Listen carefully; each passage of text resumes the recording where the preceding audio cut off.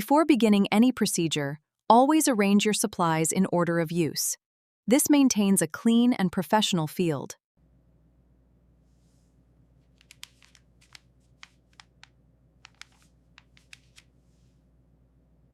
First, familiarize yourself with the training prop.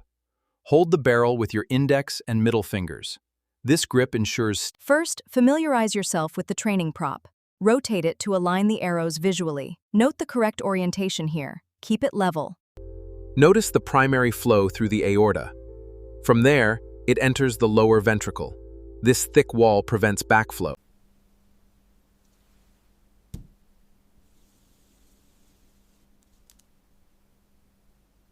Let's review the anatomy of the stomach. We typically find ulcers forming in this specific region here. These arrows indicate the direction of the acid flow. First, align the training prop. Place it beside the diagram. Note the targeted area. Compare the positions. First, we will label the upper chamber. Next, draw an arrow here. Observe this specific region. Notice the flow here. Position the needle at a 45-degree angle. We repeat this motion to ensure accuracy. Maintain contact with the makes perfect. Notice the completed sketch.